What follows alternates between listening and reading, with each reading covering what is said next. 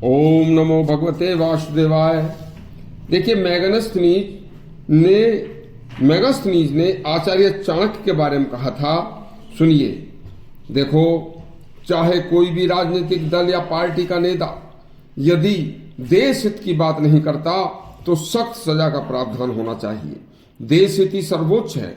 देश हित में कार्य करने वालों में भी यदि कोई कमी देखता है, कमी निकालता है, तो वह देश का हितैषी नहीं है, आचार्य चाणक्य ने कहा था। आचार्य चाणक्य की सफल नीति से भारत कैसे उस समय वैभवशाली बना था, सुनिए। मेगास्थनीज यूनान का राजदूत बनकर जब भारत आया तो उसने चाणक्य की प्रशंसा सुनकर उनसे मिलने की सोची। जब मेगास्थनीज ने लोगों से चाणक्य का भवन पूछा तो बताया कि पाटलिपुत्र में गंगा के किनारे रहते हैं। मेगास्थनीज वहीं पहुंच गए। उन्होंने देखा तो वहां हजारों झोपड़ियां पड़ी थीं। उन्होंने पूछा तो उन्हें बताया कि आचार्य चाणक्य की ही झोपड़ी के सामने आप खड़े हैं। उन्होंने अंदर झांक कर देखा तो एक जवान व्यक्ति दीपक की रोशनी में चटाई पर बैठा हुआ कुछ लिख रहा है। मेगास्थनीज ने उस व्यक्ति को चाणक्य का नौकर समझकर कहा कि आप प्रधानमंत्री चाणक्य को सूचना दे दो कि हम उनसे मिलने आए हैं। बस बताइए क्या काम है, मैं ही प्रधानमंत्री चाणक्य हूं।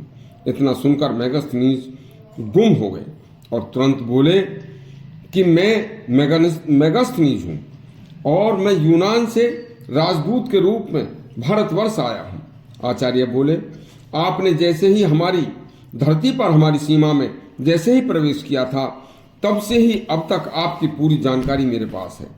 हमारे गुप्तचर बड़े चुस्त दुरुस्त रहते हैं और एक हमारे तरीके के अनुसार देश के चारों तरफ की सब जानकारी मेरे पास मात्र 1 घंटे में आ जाती है। यह हमारा एक तंत्र है, हमारा अपना एक प्रशासन का एक तरीका है जिससे हम यहीं से आदेश करके 100% सही सफल संचालन करते हैं।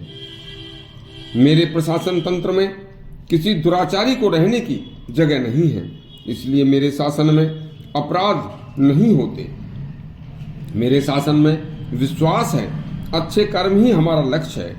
यहाँ न्यायालय में कोई मुकदमा निर्णय के अधीन नहीं रहता। कारागार में हमारे यहाँ कोई दुष्ट अपराधी नहीं है। यहाँ घरों में ताले नहीं लगते। पूरे विशाल देश में कोई चोर डाकू नहीं है। हमारा गुप्तचर विभाग सादे कपड़ों में हर समय हर जगह सक्रिय रहता है। हमारे सैनिक देश के अंदर तथा देश की सीमाओं के बाहर चौकसी में कोई कोताही नहीं बरतते। यह हमारा विश्वविद्यालय है। यहाँ इस विश्वविद्यालय का मैं प्राचार्य हूँ। अपने अनुसार हर विषय में एक आचार्य को पारंगत करके उसे जिम्मेवारी जो सौंप देता हूँ वह पूर्ण निष्ठा से कार्य कराता हूँ।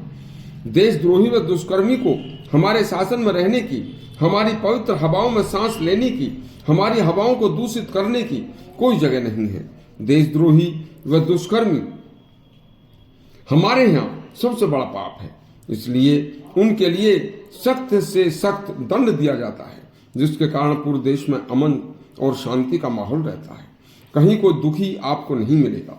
मेगास्थनीज बोले, इतने बड़े विशाल देश के प्रधानमंत्री होकर भी आप झोपड़ी में रहते हो और इतने कम वस्त्र पहनते हो। हाँ, मैं एक सन्यासी हूँ, शास्त्रों का ज्ञाता ब्राह्मण हूँ। मुझे केवल दूध दही घी आदि के लिए एक गाय चाहिए, सो मेरी अलग एक गाय यहाँ मौजूद है। पर्याप्त मात्रा में मुझे जो अपने लिए अन्न चाहिए वो मेरे पास उपलब्ध है। बाकी एक कोपीन, लंगोटी, अधो वस्त्र, ऊपर से ओढ़ने का एक वस्त्र एक विद्वान ब्राह्मण को चाहिए, वह सब मेरे पास नित्य बदलने के लिए 2 वस्त्र हैं, जो स्नान के बाद प्रतिदिन धुले हुए सूखे वस्त्र होने चाहिए, जिससे यहाँ यज्ञ करने के लिए यज्ञशाला में समस्त सामग्री गृह संविधा उपलब्ध है। यज्ञ प्रतिदिन होता है, जिससे यहाँ का वायुमंडल धुएं से निर्मल हो जाता है और समय पर वर्षा होती है। सभी देवता प्रसन्न रहते हैं। यह सब सुनकर मेघस्थ बोला, ऐसा व्यक्ति मैंने संसार में न देखा है न सुना है। और उसने अपने देश में जाकर एक पुस्तक लिखी।